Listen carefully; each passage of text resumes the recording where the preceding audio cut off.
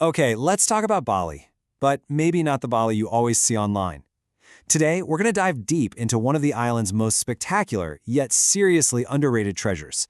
We're talking about a place that's pure magic, way off the typical tourist path. So let me ask you a question.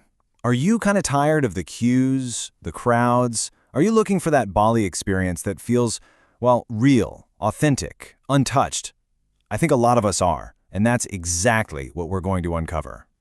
I mean, this really breaks it down, doesn't it? On one side, you've got the famous waterfalls. And yeah, they're beautiful, but let's be honest, they can feel a bit like a theme park. But on the other side, you've got the promise of something else entirely, something peaceful, wild, and truly authentic. This is about finding the real heart of Bali again. And here it is, the place that actually delivers on that promise, Banyu Wana Amertha. It's hidden away up in the northern highlands, a spot that most travelers, believe it or not, completely miss. This isn't just another stop on a tour, it's a genuine sanctuary. So, the big question is, how do you get to this so-called paradise? Well, as you're about to see, with a destination this special, the journey itself is a huge part of the adventure. To put it on a map for you, we're talking about roughly a 90-minute drive from a place you've probably heard of, Ubud.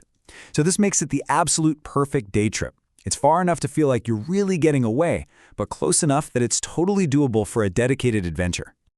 And what a drive it is. Trust me, you're not just staring at the back of another car. The road takes you right past these stunning panoramic views of two of Bali's most beautiful crater lakes, Buyan and Tamblingen. And you'll be winding through these amazing, fragrant coffee plantations. It's a whole experience before you even get there. So once you finally park, that's when the real immersion starts. It's just a short, maybe 15 to 20-minute walk down this really well-kept jungle path, and this is my favorite part. It's that moment you first hear it, just a faint sound of rushing water, and with every single step you take, it gets louder and louder and louder. The anticipation is just incredible. And that brings us to the very heart of this sanctuary, and really what makes this place so mind-blowingly unique. Because you're not just making this trip for one waterfall. No, you get four. Banyu Wana Amertha isn't just one waterfall. It's a whole collection of four totally distinct, beautiful cascades, and you can get to all of them in one spot. This, right here, is what sets it apart from pretty much everywhere else on the island. It's a game changer. And the diversity here is just wow. You have the main twin falls, and they pour down like these delicate, watery curtains. Then you find these other streams that are just gently flowing over these bright green, mossy rocks. And then there are even smaller cascades that create these perfect, little, intimate swimming holes. And it's all just framed by these giant, lush ferns and bamboo. You know, all this variety means there's really something for everyone. If you're a photographer, oh my man, you're going to be in heaven. There are just endless shots to get.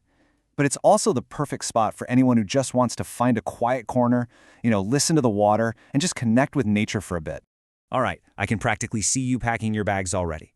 So let's get practical for a second. Let's break down exactly what you need to know to plan the perfect visit. Think of this as your mission brief. Okay, here are the key details. For the best weather and trail conditions, definitely try to visit during the dry season, which is roughly April to October. And my pro tip, get there early, like between 8 and 10 in the morning. You'll catch that gorgeous morning light, and chances are have the place mostly to yourself. The entrance fee is super affordable, and you want to give yourself at least 2 or 3 hours to really explore and soak it all in.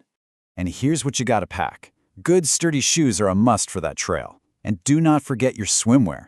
Those little crystal clear pools are just way too inviting to pass up. You'll also want something to protect your camera or phone from the spray. And of course, bring some water and a few snacks to keep you going. So let's kind of pull all of this together. In the grand scheme of things, with all the tourism in Bali today, why does a place like this matter so much? I think this quote just absolutely nails it. That's the magic formula right there. It's easy enough to get to. It's not some crazy expedition.